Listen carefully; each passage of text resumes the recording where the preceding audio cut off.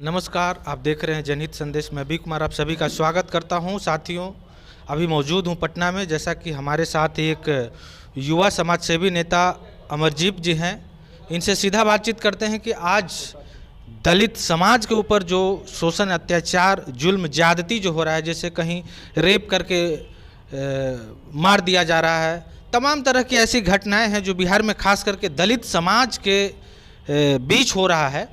इस पे हम इनसे प्रतिक्रिया लेंगे। क्या कहिएगा सर? अभी औरंगाबाद में जो है एक 16 साल की नाबालिग लड़की को पहले तो दुष्कर्म किया बहुत गंदे तरीके से, इसके बाद उसको मर्डर कर दिया गया। क्या कहिएगा आप?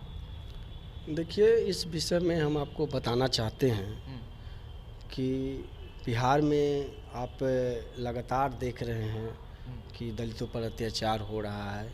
ये तो बहुत मानसिक घिनौना मानसिकता का जो है ना दर्शाता है।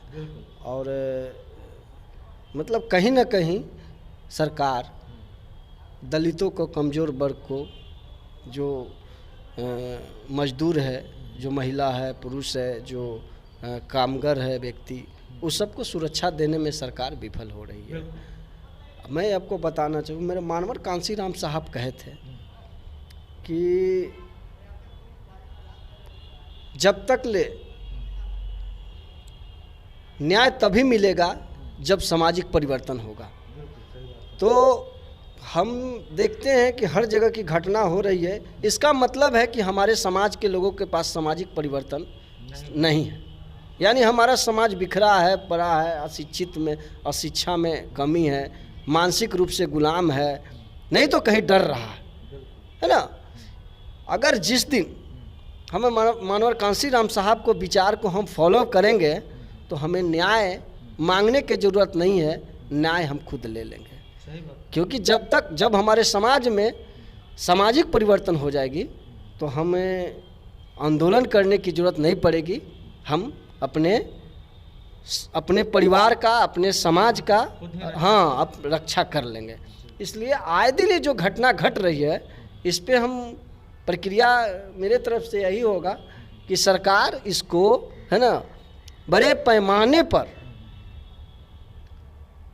इस चीज़ को देखे कि आखिर में दलित वर्ग के ही हो क्यों, महिलाओं के ऊपर, बहन बेटियों के ऊपर हत्या, रेप, बलात्कार हो रहा है। इससे ऊपर क्यों नहीं हो रहा है?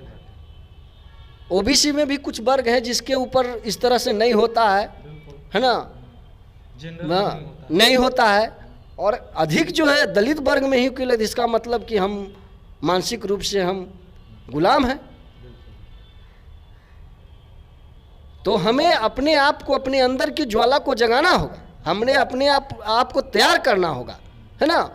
और जो हमारे महापुरुष कह गए हैं कि सामाजिक बदलाव लाना है, तो सामाजिक बदलाव की ओर जाना होगा।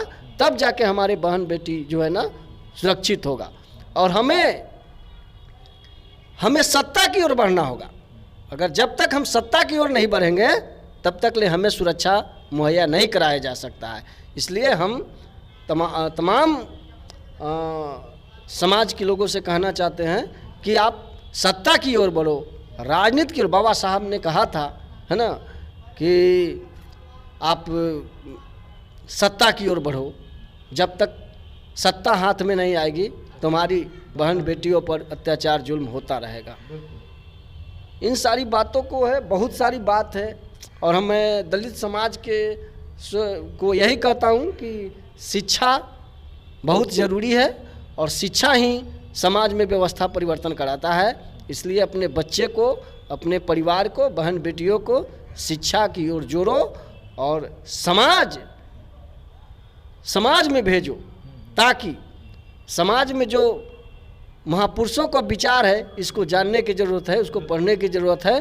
तभी हमें सामाजिक परिवर्तन आएगी और हमारे समाज का न्याय भी मिलेगा। दलित समाज में जहाँ कहीं भी इस तरह की घटनाएं घट रही है, उस पे दलित समाज के खास करके जो नेता हैं, जैसे जीतन राम मांझी, चिराग पासवान, जनक चमार, ये सब कुछ बोलने से बचते हैं। हालांकि वो अलग बात है कि हमारी जो टीम है निजा एसोसिएशन, उसने बहुत बेबाकी से अपनी बात को रखा, 3 दिन तक रहा वहाँ, कवरेज किया पूरा। समझिए कि सारा वीडियो क्लिप आपको चैनल पे मिल जाएगा। इसके बाद जनक चमार वहाँ जाते हैं, फ़ोटो खिंचवाते हैं, इसके बाद फिर चले आते हैं। इस पे आप क्या कहिएगा सर? देखिए, सब लोग अपने अपने तरीक़ा से जो है ना राजनीति करते हैं।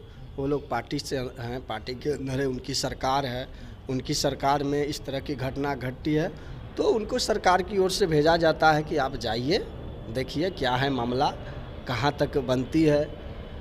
उनका ऊपर डिपेंड करता है कि अपनी समाज बहन बेटियों को हम सुरक्षा दिला पाएँ या नहीं दिला पाएँ, ये तो उनकी सोच पे है, डिपेंड है। हाँ, उनकी जवाबदेही होगी। लेकिन हम इन लोगों को से बस इतना ही कहेंगे कि एक डेग आगे आप बढ़े हैं तो 2 डेग पीछे भी देखा कीजिए। अगर जो आप आगे बढ़े हैं तो पीछे देखिएगा तो समझ में वही दिन आएगा जो आप आगे थे। सही बात है। इसलिए सामाजिक अगर एक ईंट जोड़ के अगर समाज तैयार किया है, आपको आगे बनाया है, भेजा है, तो पीछे ईंट भी खींचना जानता है, ईंट खींच देगा, गिर जाइएगा। क्योंकि समाज ही लीडर पैदा करता है और समाज ही लीडर को उतारता भी है।